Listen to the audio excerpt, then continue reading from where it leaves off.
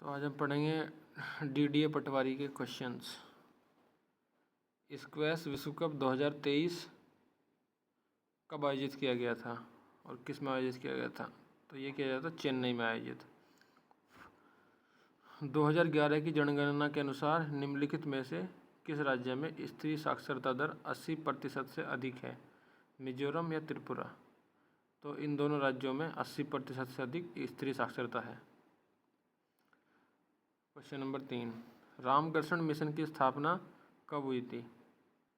तो ये हुई थी 1897 ईस्वी में। भारतीय संविधान के अनुसार राष्ट्रीय ध्वज और राष्ट्रगान का आदर करना एक मूल कर्तव्य है। चिल्का झील निम्नलिखित में से किस नदी डेल्टा के दक्षिण में स्थित है? तो चिल्का झील महानदी डेल्टा के दक्षिण में स्थित है।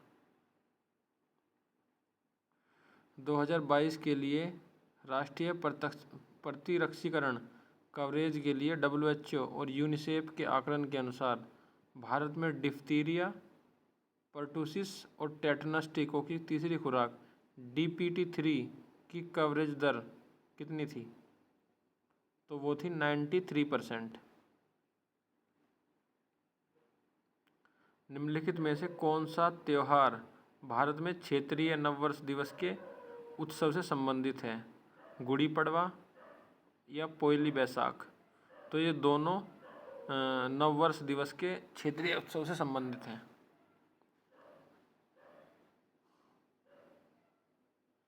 प्रधानमंत्री फसल बीमा योजना के संदर्भ में निम्नलिखित में से कौन सा कथन सही है? यह योजना अक्टूबर 2018 में शुरू की गई थी। इस योजना में सभी खाद्य और तिलहन फसलें तथा वार्षिक वाणिज्यिक बागवानी फसलें शामिल हैं। तो इसमें है केवल 2। इस योजना में सभी खाद्य और तिलहन फसलें तथा वार्षिक वाणिज्यिक बागवानी फसलें शामिल हैं। हिम तरंगिनी पुस्तक के लेखक कौन हैं? तो वो है Makhanlal Chaturvedi. Process by which substances like carbon dioxide or oxygen can move across the cell membrane is called diffusion। निम्नलिखित में से खिलाड़ी खेल का कौन सा युग्म सही सुमेलित है? भक्ति प्रदीप कुलकर्णी शतरंज, सागर कैलाश ओवालकर निशानेबाजी। तो इसमें भक्ति प्रदीप कुलकर्णी शतरंज खेलते हैं, केवल एक। मांग वक्र के ऋणात्मक ढाल को निम्नलिखित में से किस आधार पर समझाया जा सकता है? प्रतिस्थापन प्रभाव या आय प्रभाव? तो 1 और 2 दोनों। रश्मि चौधरी ने किस भाषा के लिए साहित्य अकादमी पुरस्कार 2022 जीता?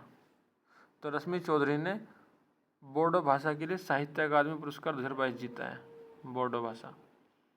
किस राज्य सरकार ने स्कूल में बड़े पैमाने पर परिवर्तन के लिए जुलाई 2022 में नीति आयोग के साथ त्रिपक्षीय समझौता ज्ञापन पर हस्ताक्षर किए? तो वो किए हैं अरुणाचल प्रदेश के साथ। अरुणाचल प्रदेश सरकार ने नीति आयोग के साथ हस्ताक्षर करे हैं। अतिरिक्त उपभोग और अतिरिक्त आय के अनुपात को कहा जाता है सीमांत उपभोग प्रवृत्ति। इसे कहा जाता है सीमांत उपभोग प्रवृत्ति। भारत के उपराष्ट्रपति के निर्वाचन के लिए निम्नलिखित में से कौन सी योग्यता आवश्यक है? उसका जन्म भारत से बाहर होना चाहिए, वह लोकसभा का सदस्य बनने के योग्य होना चाहिए। तो राष्ट्रपति के लिए केवल 2, उसका जन्म भारत में हो या भारत से बाहर हो, ऐसा कुछ नहीं होता है। तो केवल 2, वह लोकसभा का सदस्य बनने के योग्य होना चाहिए। निम्नलिखित में से कौन सी भाषा द्रविड़ भाषा परिवार से संबंधित है? कोरवा या तुलु? तो तुलु भाषा द्रविड़ भाषा परिवार से संबंधित है। निम्नलिखित में से कौन से वृक्ष मैंग्रोव वनों में पाए जाते हैं? तो सुंदरी वन। निम्नलिखित में से कौन सा भारत के उच्चतम न्यायालय द्वारा जारी रिट नहीं है? प्रतिषेध, प्रथम दृष्टया, अधिकार परीक्षा, उत्प्रेषण। तो इसमें प्रथम दृष्टया नहीं है।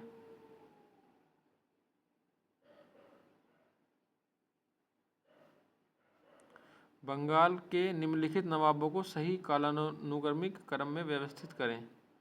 अलीवर्दीन खान, मुर्शिद कुली खान, सिराजुद्दौला।